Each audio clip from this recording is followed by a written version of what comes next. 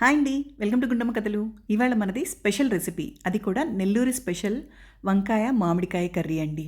ఇది సంగటిలోకి చాలా బాగుంటుంది. రాగి సంగటి చేసుకొని ఈ కర్రీతోటి ఒక్కసారి టేస్ట్ చేసి చూడండి, సూపర్ అని మీరే అంటారు.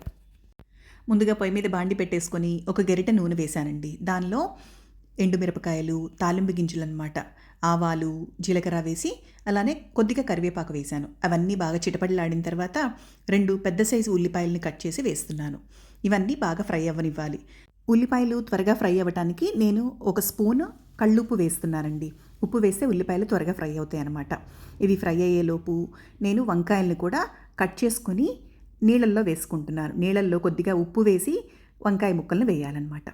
ఈలోపు ఉల్లిపాయలు వేగిపోయాయి కదా, అందులో టొమాటోస్ కూడా 4 పెద్ద సైజు టొమాటోస్ 4 కట్ చేశానండి. అవి వేసి దానిలో పసుపు వేసి మూత పెట్టేశాను. కాసేపు మగ్గనిద్దాం. టమాటాలు ఈ కర్రీకి బాగా స్మూత్గా మెత్తగా అయిపోవాలండి, బాగా ఉడికిపోవాలన్నమాట టొమాటో. చూడండి, ఇంకా బాగా ఉడకాలి. ఇవి ఉడికేటప్పుడే నేను ఒక పావు స్పూన్ ధనియాల పొడి, అలానే పావు స్పూను జీలకర్ర పొడి, ఇంకా ఒక హాఫ్ స్పూన్ గరం మసాలా వేస్తున్నానండి. ఇందులోనే 1 ఫుల్ స్పూన్ కారం కూడా యాడ్ చేస్తున్నాను. ఈ మసాలాలన్నీ టొమాటోస్కి బాగా పడతాయన్నమాట. మంట లో ఫ్లేమ్లో పెట్టేసి మూత పెట్టేస్తున్నానండి. ఇవి నిదానంగా మగ్గిపోతాయి. ఈలోపు మనం మసాలా రెడీ చేసుకుందాం. 1 ఇంచు అల్లము, అలానే ఒక 6 పచ్చిమిర్చి, కొంచెం కొబ్బరి, అలానే ఒక 6-7 రెమ్మలు వెల్లుల్లి, ఇవన్నీ కలిపి కచ్చాపచ్చాగా మిక్సీ పట్టేసుకుందామండి. ఇది ఫినిషింగ్లో వేసుకునే మసాలా అనమాట. కచ్చాపచ్చాగా మిక్సీ పట్టేసి పక్కన పెట్టేసుకుందాం. ఈలోపు మనకి టొమాటోలు కూడా బాగా మగ్గిపోయాయండి. దీనిలో ఇప్పుడు మనం కట్ చేసి నీళ్ళల్లో వేసుకున్నాం కదా వంకాయ ముక్కల్ని, ఇవి వేసేద్దాం. వంకాయ ముక్కలు కట్ చేసుకుని నీళ్ళల్లో వేసుకునేటప్పుడు ఉప్పు కంపల్సరీగా వేసుకోండి, లేకపోతే వంకాయ ముక్కలు నల్లబడిపోయి చేదు వచ్చేస్తాయండి, టేస్ట్ మారిపోతుందన్నమాట కంపల్సరీగా. అందుకని వంకాయలు నీళ్ళల్లో వేసుకునేటప్పుడు ఉప్పు కంపల్సరీగా వేసుకోవాలి. ఈ వంకాయ ముక్కలన్నీ వేసి మిక్స్ చేసుకుని మూత పెట్టేస్తున్నాను. ఈలోపు ఒక మామిడికాయను కూడా నేను కట్ చేసుకుంటున్నానండి. ముందు వంకాయ ముక్కలు మగ్గాలన్నమాట. ఇవి కొంచెం మగ్గిన తర్వాత మనం మామిడికాయ ముక్కల్ని వేసుకోవాలి. చూడండి, ఇప్పుడు మామిడికాయ ముక్కల్ని యాడ్ చేస్తున్నాను. ఇవంతా కూడా బాగా మిక్స్ చేసేసి మూత పెట్టేసుకొని మామిడికాయ ముక్కల్ని కూడా కొంచెం ఉడకనిద్దామండి. మెత్తబడాలి కదా ముక్క. ఈ ప్రాసెస్ అంతా కూడా నేను లో ఫ్లేమ్లోనే చేస్తున్నానండి.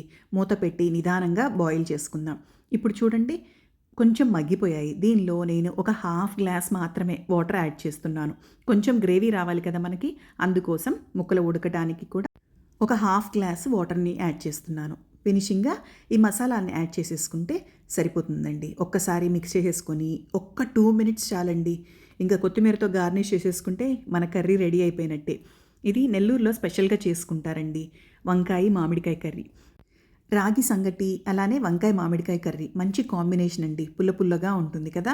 మట్టి పాత్రలో చేసుకోవడం వల్లండి స్టవ్ ఆఫ్ చేసేసాను.